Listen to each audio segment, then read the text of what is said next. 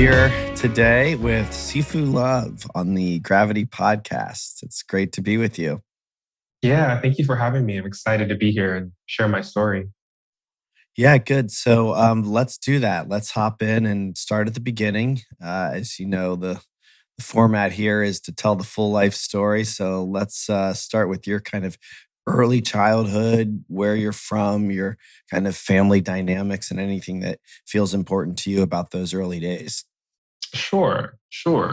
So I was born in Northern California, in a pretty suburban area.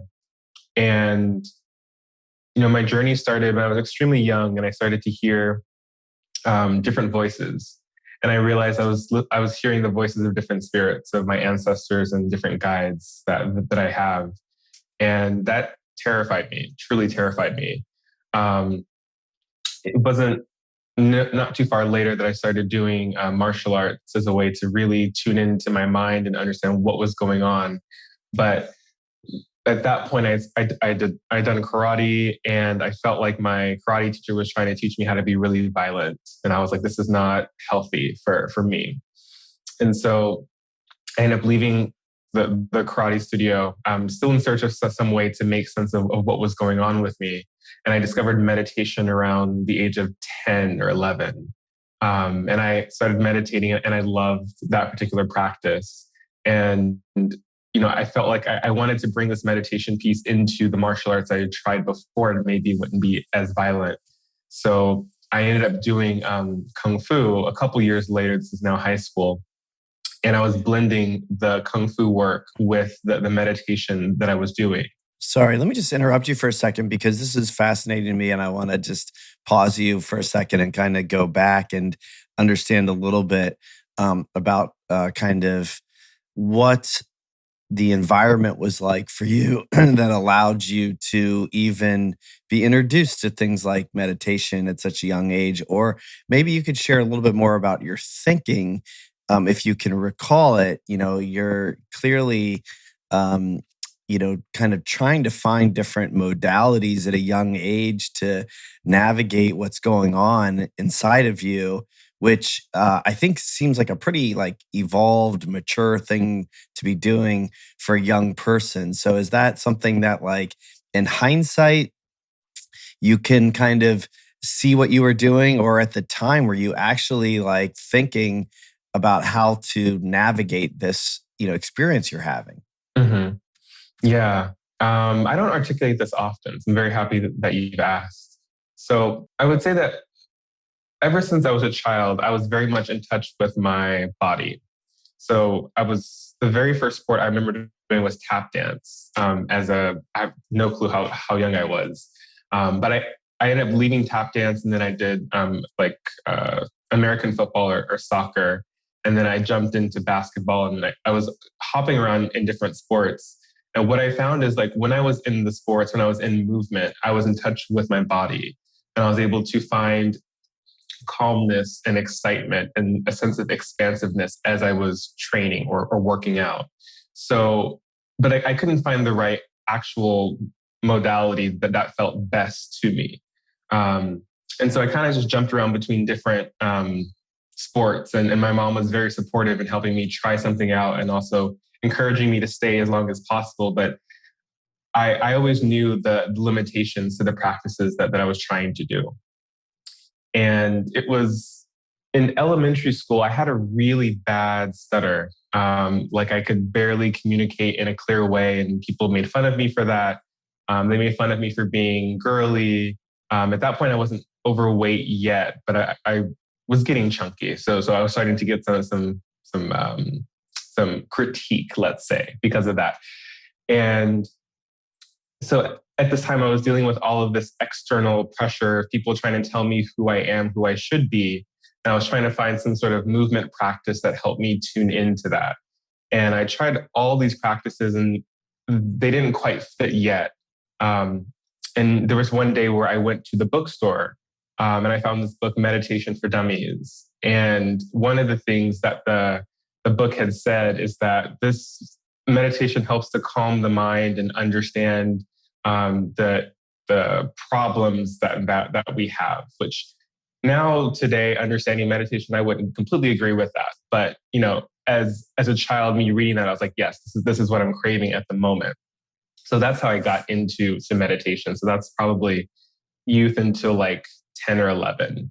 Mhm. And you spoke a little bit about your mom, and I'm just kind of curious to hear a little bit more about your kind of family and what kind of support you had or challenges you had there.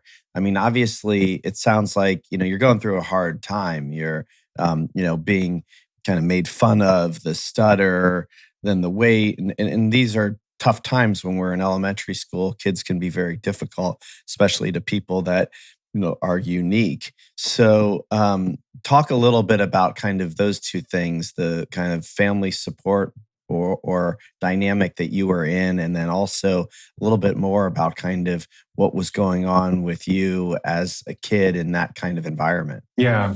So I grew up with just my mom and I.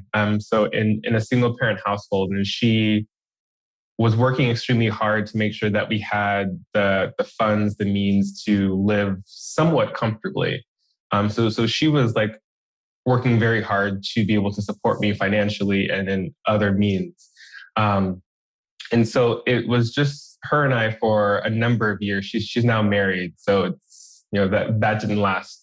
So she got married when I was around 20-ish. So my first chunk of my life, I'm an only child with just my mom in that way.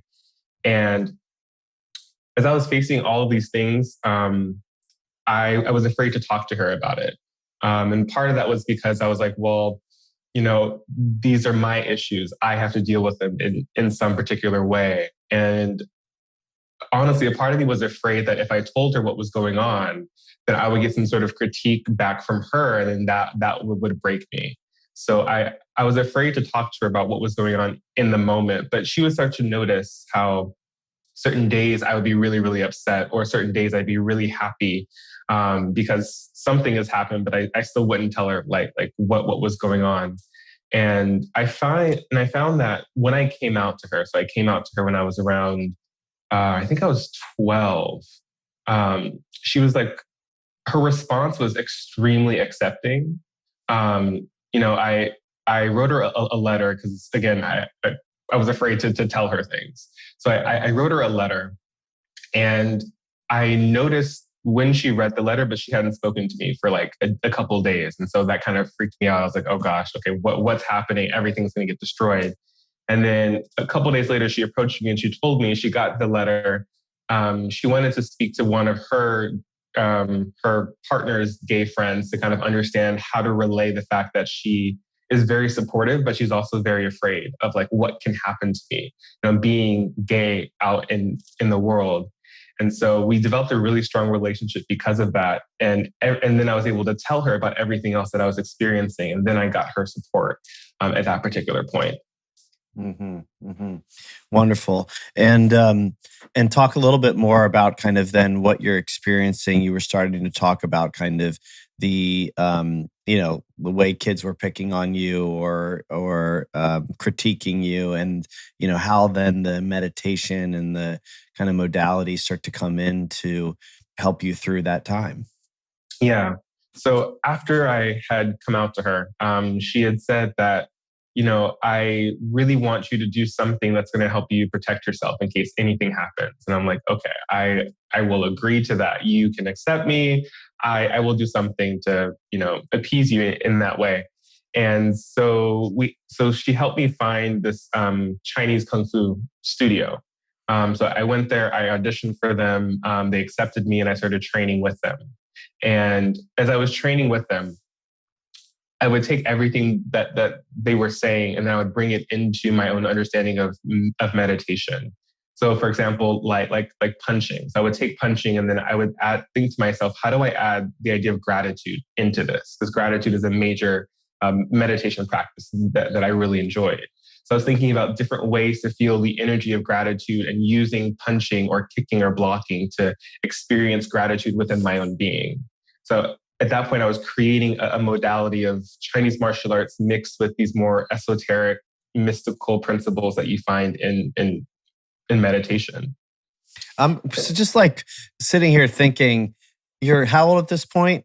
12, 13, somewhere in there, right? At this point, I'm like 13, 14. Yeah. Yeah, and like it's so amazing that you're even like thinking about how you can bring these modalities in. I mean, I don't know, maybe in Northern California, this was a little bit more in the air, but I'm thinking about myself, in Ohio at age 13 and not knowing where to turn for this kind of spiritual work that you're doing at such a young age, and you're kind of thinking about how to combine these things. I mean, this is stuff that, I'm doing at this age in my life, at this stage in my life. I'm really thinking about how to, use modalities and how they come together and embody them and the feeling and the energy. And right.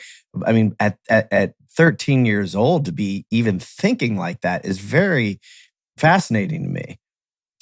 Well, there's two reasons to that. One, I would say because I needed it at that point. Like the bullying that I faced, it never got physical, but it was extremely verbal, emotional. Like the kind of bullying I faced was really harming to myself. And there were points where I remember maybe I was like, I don't remember the exact age, but maybe 12, where I had this moment of, I thought, I actually want to end my life. Like, I think I'm done, because of everything that I was experiencing. And, one of my favorite, I can't remember the exact quote, but one of my favorite characters from the TV show Avatar: The Last Airbender says that when you lose everything, that's when something else comes through. There's sort of this breaking that happens, and so because of what I was experiencing, I was on the verge of breaking, and these practices is what saved me. And so I dedicated my time and my thought and everything toward these practices because I wanted to exist in the world and feel safe. And I wanted to be heard and I wanted to express myself because I know that I'm unique and I'm very different. And I love that about myself. And I wanted to feel more comfortable being myself. So there was that really strong necessity at that particular point. And also, I'm just very sensitive to the way energy works and the way people relate to each other. I can see someone and know like a lot of their life history. I can tell if someone's lying to me. So I'm very sensitive with energy itself. And if I'm to exist in this world being as sensitive as I am, I need something to help me manage my sensitivities. And that's what ended up being created at that point. Yeah, I think that's really important. I just want to kind of pause there and highlight that, because I think a lot of kids, especially now for whatever reason, COVID or whatever it might be, are really grappling with the same kind of feeling of being really low and wondering whether or not even they should continue on. And I think it's something we got to talk about. This is a really real thing. People are taking their lives that, have a lot left to live. And, I love the idea that, when maybe you're broken, that something else comes in. I believe that can be true. It was obviously true for you. And I think, maybe some hope to hang on to when you are feeling low, that maybe something's going to come through here and to be open to it, which you were. And then, it comes in and now, you can sit here and say you love yourself. That's a pretty big turnaround. And I just wanted to kind of, applaud you for that and make sure, our listeners hear that too. There can be, a turnaround to something pretty useful, which we'll get into how this all, turns into something that serves you. But that's, kind of one of my deepest held beliefs that, our lives are here to serve us and ultimately then to serve others. So anyway, I just wanted to, share some gratitude for your story here, in this moment. So thanks. Thank you. Thank you. I appreciate that. And, that's why I enjoy sharing my story because there are so many people who are suffering and are either afraid to speak about their suffering or they don't have the full awareness to be able to articulate how they're suffering so then they can get the support that they need. I work as a crisis counselor, an LGBTQ youth crisis counselor. And so I hear all the time. Kids from, I think the youngest I've talked to is maybe 10, all the way up to their mid 20s. And I hear the different struggles that they're facing. And it reminds me so much of myself when I was back at their age and they didn't have someone to talk to. They didn't have the practices that I have. And so the more I talk to them, the more I'm like, okay, this work is necessary. And I'm happy to be a vessel to offer it to other people so then they can know how to heal themselves. Because essentially the practices that I teach people are ways for them to heal themselves. Mhm. Yeah, let me I'm just curious about this before we kind of continue on with your journey and talk more about what you're doing now. But I'm curious, what is your perspective on the bullies? When you start to think about, the other side of this, I think it's easy to kind of, understand the experience that you had, because you had it, you were in it. But I'm wondering how you frame the kids that are on the other side of that, what your thoughts are of them or what you've come to know about people that are doing that kind of thing. Mhm. Yeah, it's a really good question. And I say that because, and it's very timely. This month that we're talking right now, October, is National Bullying Prevention Month. And so I've been talking a lot about bullying in the media and in my own work and in my classes. And one of the things that I say is the core reason why people bully is because they don't feel like they belong.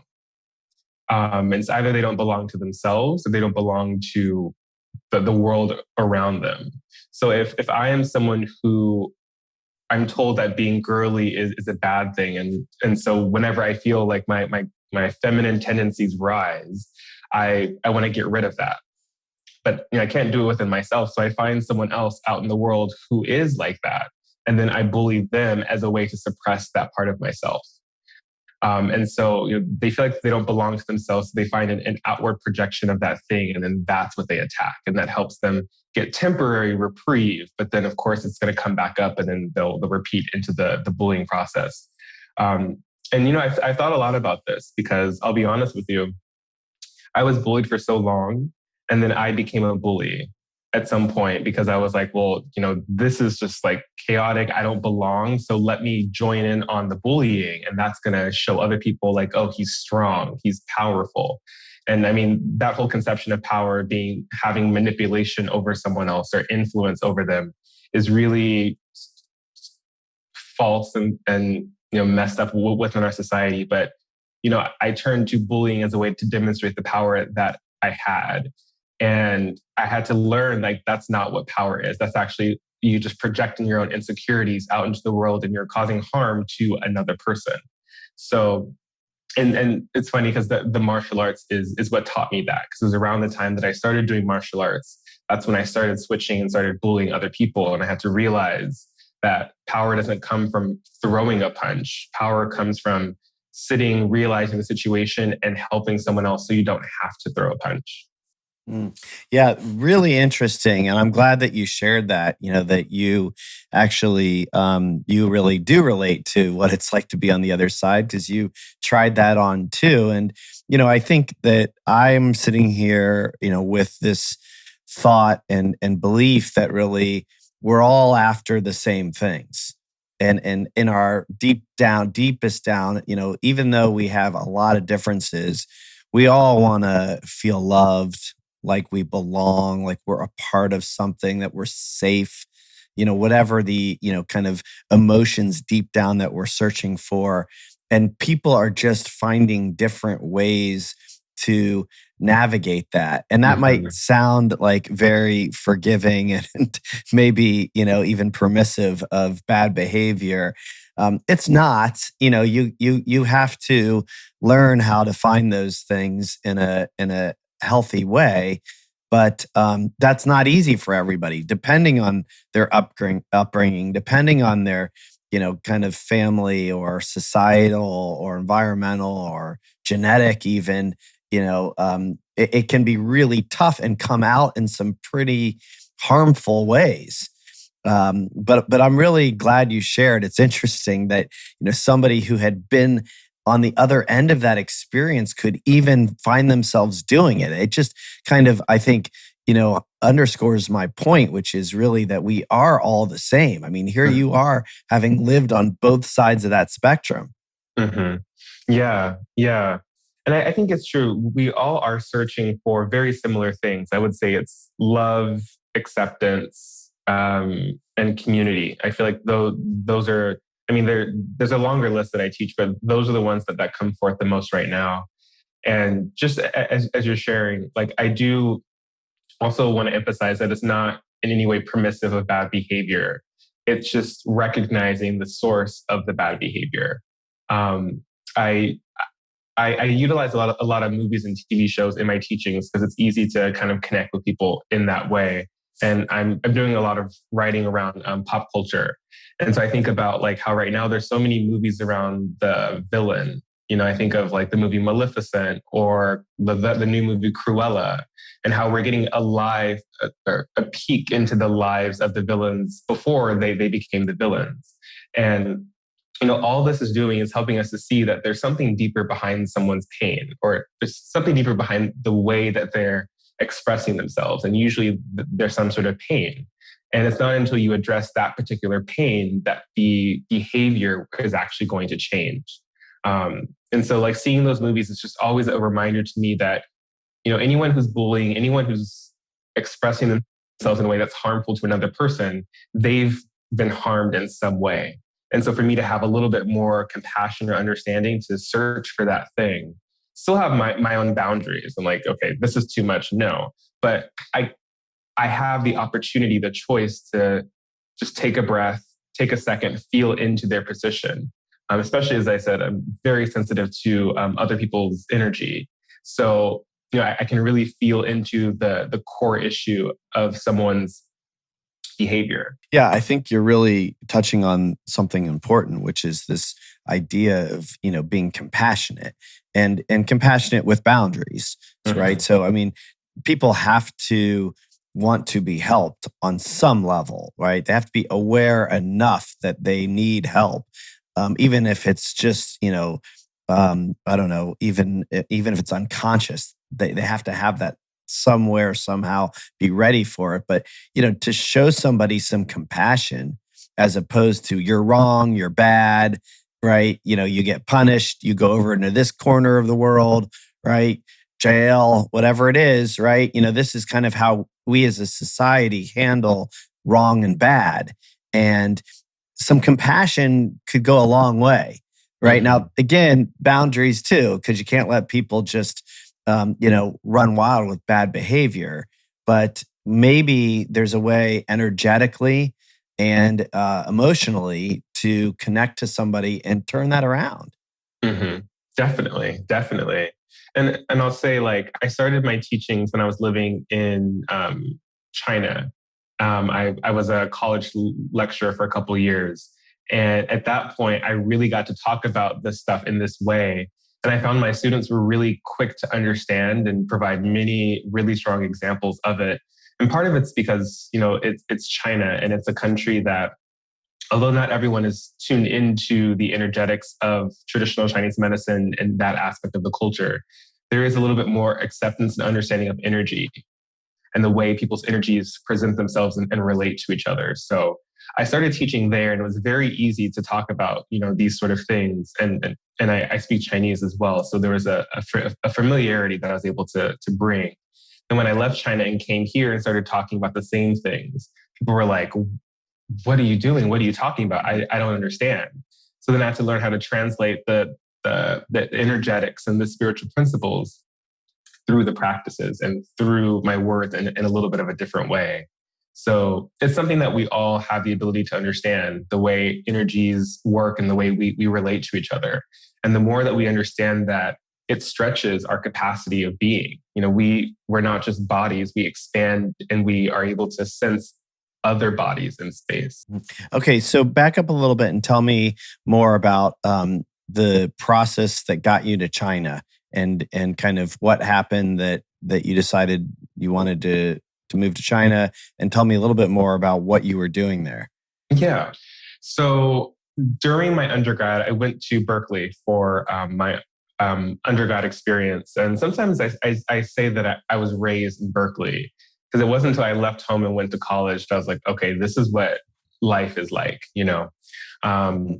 And when I was in Berkeley, I was very much of a free spirit, hippie, Berkeley like kind of person. And what I loved is the conversations that I had with people. I had very random but beautiful conversations with people. And there was one day I was just kind of walking through campus and I saw there's a study abroad office. And I'm like, well, study abroad, that sounds interesting. So I walk into there and like, as is me, I walk in and I start talking to everyone. I'm like, oh, how are you? How's your life? What's going on? Da, da, da, da. And then the advisor that was available at that moment was the advisor for the Asian area. And she told me, she's like, oh, so I'm accepting applications right now because they're all due tomorrow. And that's why the office was so busy. And I was like, okay, well, let me look at the program. So I found that there was a China program. There's also a Japan program, but the Japan program I couldn't do for a number of reasons, but the China one looked possible. So I took the application, I ran through campus to get signatures, I wrote my essay, and then I submitted the application the next day. 3 months later, it's summer, and I'm flying out to China for my very first study abroad experience. So I'm abroad in China, I'm experiencing the culture, I'm seeing all these things, and I'm fascinated. And at this point, I had been studying Chinese martial arts for about 6 or 7 years. So I had experience with Chinese martial arts, and I was trying to find it when I was there. And I didn't quite find it. So I was like, I need to come back.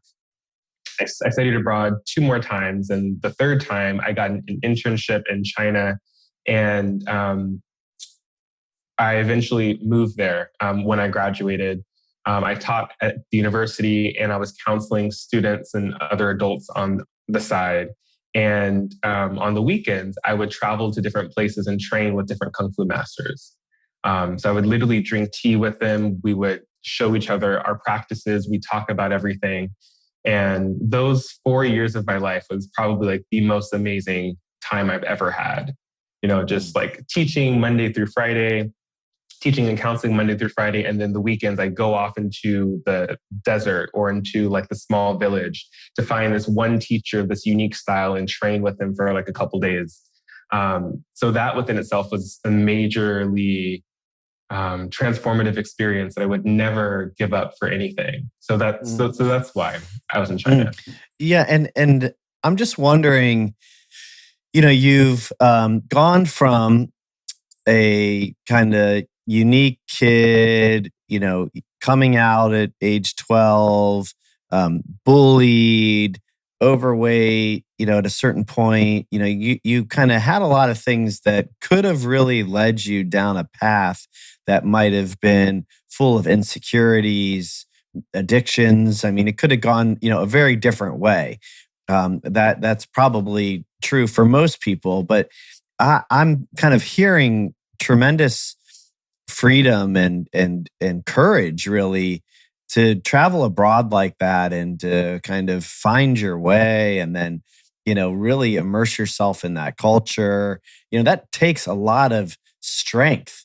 And, I'm just curious, what do you attribute that to? What, kind of got you to the point that you could become so, and I don't want to put words in your mouth. This is just, what it sounds like to me, free and at peace with yourself and courageous. Where did all that come from? Yeah, I appreciate those words. They're really beautiful to hear from you. I would say liberated. Like I tried to live my life in a way that's liberated from the outside world by connecting deeper into myself. And there's 2 things that have allowed me to be able to do that. One is my practices. I train intensely, especially high school, college, and beyond. I was training intensely. I was competing in international tournaments. I did the Gay Olympics a couple of years ago. So I was very much into my practice. So the practice was my therapy, to really understand what was going on. And then I would say it's also my family. So my mom, my stepfather, my stepbrother, my grandmother, my aunt, my uncles, like they were all very understanding of what I was doing. well, I'll be honest, they would try to understand. They were like, we don't know why you're going to China, why you're doing this thing, but it's him. So he's just going to do it. More accepting than understanding. Exactly. They're Yeah. like, okay, we accept that. We don't understand, but just go ahead. So I was very lucky to have a family that's super understanding of what I'm trying to do, understanding, accepting, whichever. And the practices. So I would say those were the two things that allowed me to stick through with staying honest and authentic with myself and finding a sense of liberation. But to be honest with you, I mean, I had that and I still struggled with a lot of different things. I struggled with addiction for a couple years. I struggled with a lot of self-worth issues. And though I struggled, I didn't collapse into my own problems because I had the practices as like a nice gentle hug to kind of help me through the difficult times. hmm Okay, great. And I'm just going to ask now because I'm thinking about it, and we can keep going to get to your work today. And maybe this is all intersecting. But for people that are interested in martial arts, um, or whether they're struggling like you were, or just interested in it for other reasons, athletically or energetically or whatever it might be, where do you suggest people start? There's so many different options. It's almost overwhelming.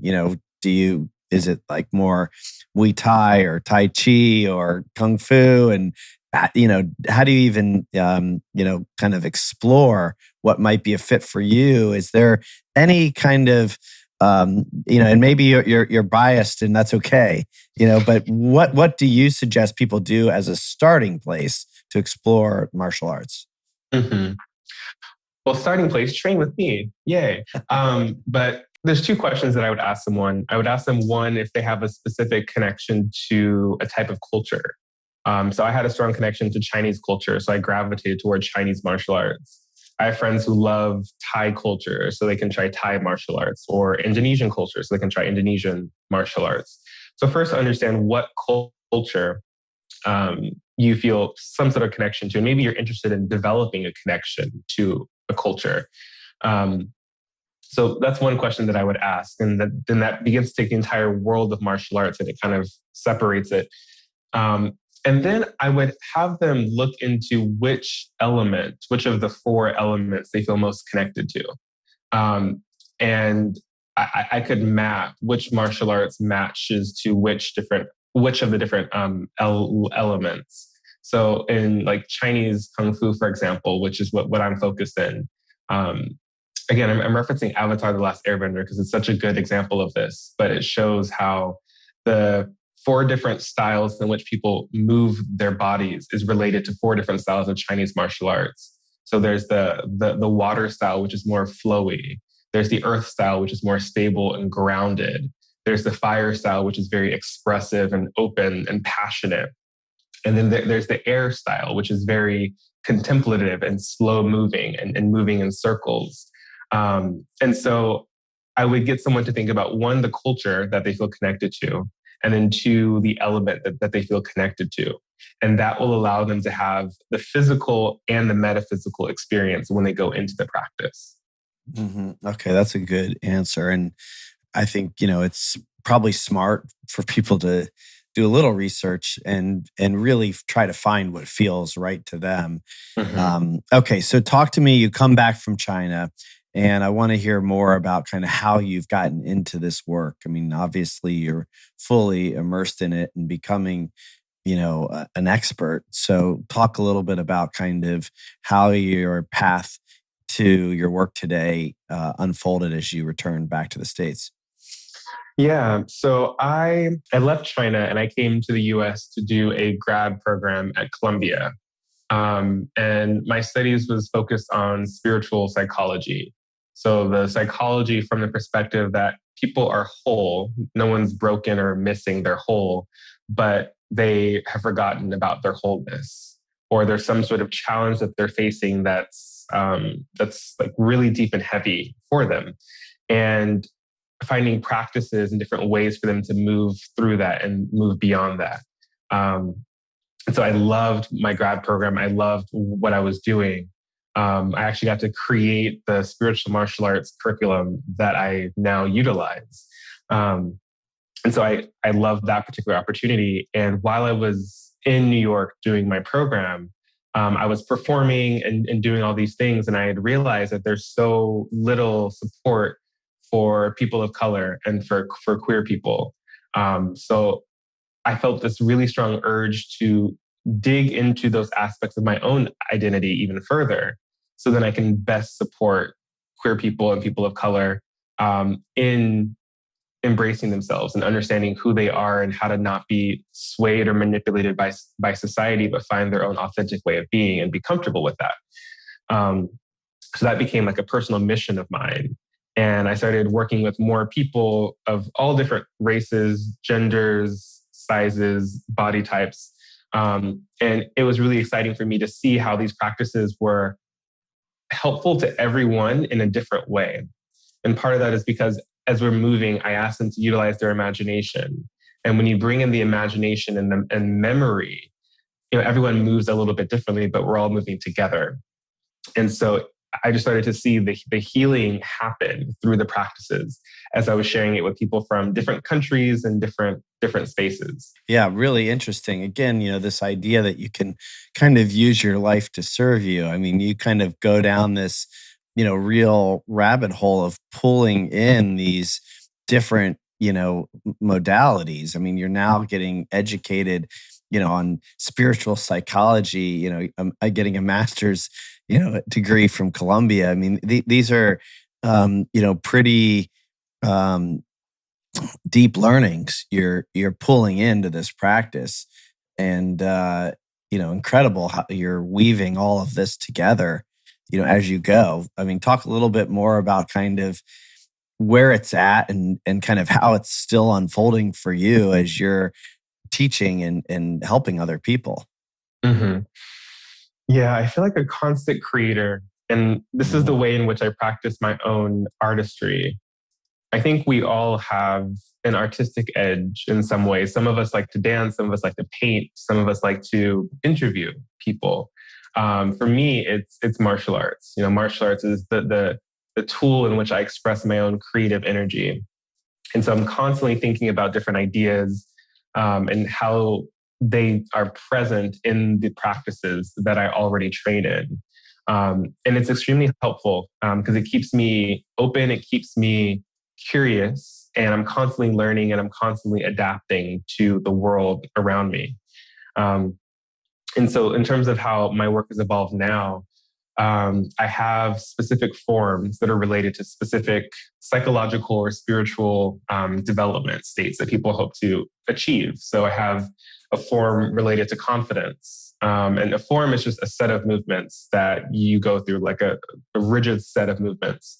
And so I have a form related to confidence. I have one for trauma, anxiety, and stress.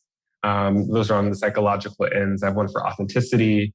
On the spiritual end, I have forms for ancestral healing, for past life regression, for intuition. And so for me, it's like I train in these forms because I enjoy what the forms bring to me and what they do for me. And the more that I get deeper into the practices, the more I'm able to relate the depth to other people. And as I relate it to other people, they have profound experiences within the work. And then their profound experiences inform the stories that I tell about the work that I'm doing. And then it just keeps evolving and evolving and growing. So it's very much something that's alive. It's not like the practices that my masters that are still in that are still on the mountains in China.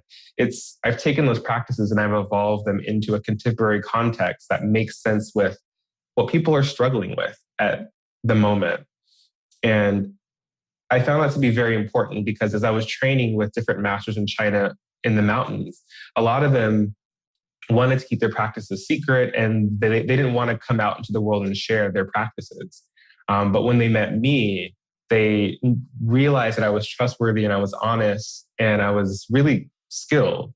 And they said that we'll teach you this and you can share this with other people, but be careful how you share it. Be careful who you share it with.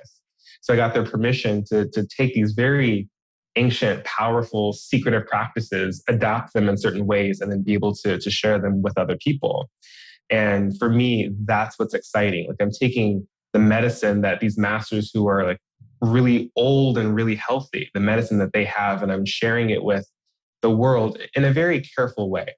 I don't share all of my practices, and I always adapt things away from its original form, just a little bit.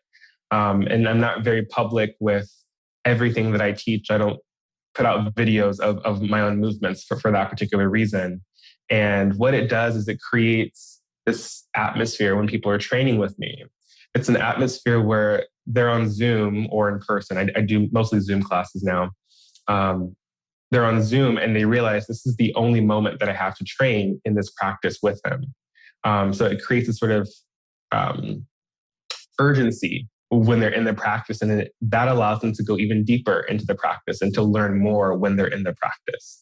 Because there's not like 20 different recordings that they can go back and review over and over and over. It's just that one moment in time. And it's really, really powerful. And I'm excited about the work that I'm doing. I'm doing a lot more healing work right now. I'm bringing in my own shamanic paths and my own shamanic work. So it's constantly developing, and I'm loving that. And the program that I'm in now is helping me develop that even further. Okay, so one thing that just kind of popped into my head as you were sharing that is this meditation for dummies that you mentioned earlier. And I'm a meditator and I practice transcendental meditation and have for over 20 years. And a lot of times people will ask me about different modalities, and some people, have found Headspace and, other kind of online talking meditations. And, I'm not a big fan of those for me personally, but I'm always telling people whatever is working for you, whatever you're connecting to, it's great. Like there's no bad meditation as long as you're doing something to help yourself. Great. And it'll kind of unfold from there. And, you kind of talked about the meditation for dummies and how it caught you at the time, and maybe today that's not necessarily how you see it, but it did kind of nudge you. And it's even funny in the title, right? Like in the cover of those books, they're so simple. I mean, they're designed to market to people who are at a very early point of just grabbing their attention and getting them into the work, right? And when you think about kind of the spiritual masters in China, these old men who for probably generations now have been, totally embodying this work and these techniques, you can't take that and just translate it over to, a modern, American, without any kind of, entry in. We need things to be kind of spoon fed to us a little bit too. And so, that's what it sounds like you're doing is you're kind of not that it's for dummies, but you're taking that wisdom and you're spoon feeding it to people so that they can comprehend it and get on the path. And I think it's really important because it can be overwhelming. Right? People can say, that I can't do that, or I don't relate to that, or I don't understand that, or that's too much for me. Right? So we've got to find ways to kind of open those doors a little bit and get in there and get people, started. Yeah. One thing that I'll correct that you said, a couple of my masters were also women. It's interesting that there's a lot of very powerful female masters that people don't know about. So just want to highlight that. Yeah, thank you. But it's funny that you're talking about this in this way. I speak about 4 to 5 languages right now, and learning a language is very important to me. It's a huge spiritual practice of mine. And what I realize that I'm doing with my work is I'm translating. And I'm just a translator or interpreter of this ancient knowledge, this ancient movement practice, I'm translating it into our cultural context so people have some grasp and understanding. And then because I'm a teacher, I start people off with the basics and then I layer it. We go deeper and deeper and deeper. And it's really fun to do. As with a typical kung fu master, you know, they are the artist, they are the teacher, they are the fighter, they are the lover. There's so many different archetypes that they embody. And what I enjoy about doing this work is I get to embody all of that. I'm a translator. I am a creator of forms. I am training myself, so I'm still embodied. I'm an intellect because I'm still studying and I'm actually doing research and like creating research projects and stuff like that. So I get to put on all these different hats, and all of it works in tandem and concert with the spiritual martial arts practices, with my healing kung fu work. So it's really exciting. It's ever evolving, and I absolutely love it. And I love my job. Basically, that's all I can say. That's wonderful. Maybe you could just speak as we start to wrap up a little bit more about the shamanic part. I'm curious about how that has come into the work, and then also, and I don't know if this is related or not, but you spoke at the very beginning about kind of the spirits and the voices, and kind of what you're intuitively hearing and connecting to, and how that maybe all fits together with your work as well. Mm-hmm. When it comes to my shamanic work, that's one of the elements that I'm most excited about because it's something I've been practicing since I was a child, and I've been able to bring more and more elements of that into the Kung Fu work, which I'm so alive in at the moment. So when I was a child, I started to hear voices of different people. I started to see ghosts and communicate with spirits. I was talking to different creatures, different animals. There we go. And it was really exciting for me to be able to have this sort of multi-layered communication with all these beings. And part of that was because I feel like I was alone for a lot of my childhood.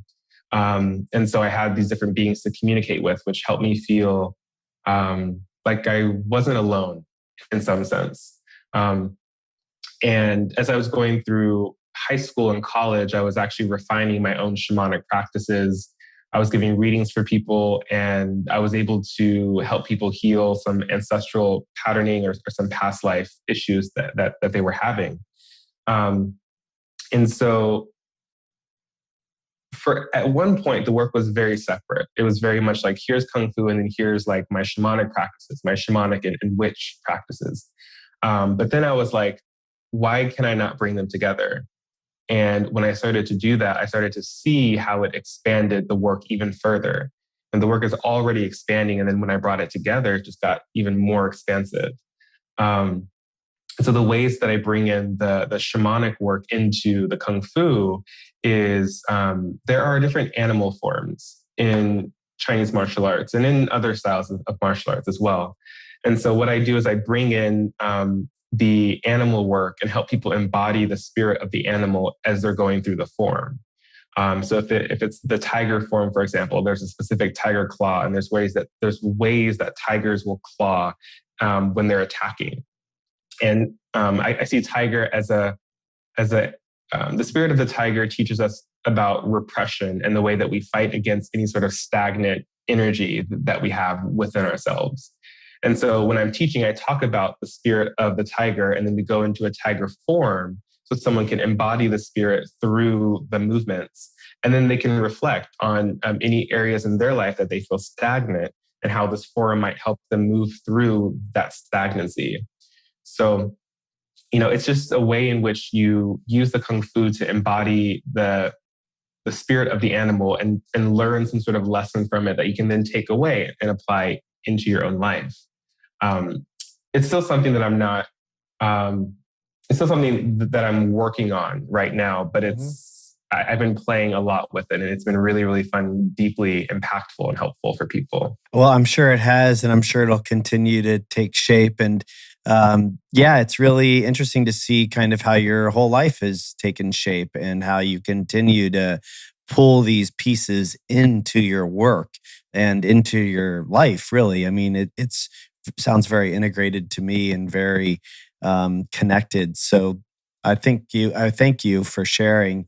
with us today. And yeah, let me just give you an opportunity to share any final thoughts or reflections or anything else that you want the audience to hear. And we'll make sure we put in the show notes where they can find you. But anything else that you want to make sure you share with the audience, yeah, the floor is yours. Yeah, I feel really grateful to have had this moment with you to be able to chat. Um, some of the questions that you asked really helped me to connect some pieces that I hadn't fully connected yet. So I'm really grateful for your own questioning and for your own time. So thank you so much for that. In terms of my own work, I teach I teach one group class a week, and that one is on Sundays at 11 a.m. Eastern time. And anyone's invited to that class. I do keep it capped at a certain number because I like to make sure to energetically be able to hold the room through that. And so the Sunday class is a way people can tune in and practice my work. And then I work with people individually on specific forms that they feel are most necessary for them after doing some counseling. Um, I have a program right now that I'm running, a 6-month program called Liberation, which is specifically for queer folks and people of color to utilize these practices to embrace themselves. And we work through so much within those particular 6 months. If anyone wants more information about my work, they can check out my website, which is healingkungfu.com. Healing Kung Fu, very easy.com. And that has all the description of my practices, and they can book a call with me. I drink tea very often, and I love having this tea culture of like sitting with someone, chatting over tea and drinking coffee. So I will do that virtually with anyone who wants to chat. So I have my tea thing here, and I'm literally just drinking tea, and we're just chatting to get to know each other. And that's how I like to connect with people. So feel free to connect with me via a Kung Fu Tea chat session or through a group class, and let's see where we can go. Wonderful, wonderful. I'm actually going to take you up on that, and I hope other people do too. And yeah, thank you for saying the kind words about being together. It's always interesting for me to learn from the guest, and yeah, I love to kind of hear these stories. So I think there's so many amazing people out there doing such great work, and I include you in that category. So thank you. Thank you for what you're doing. Thank you for taking the time. And yeah, it was great to be with you. Thank you.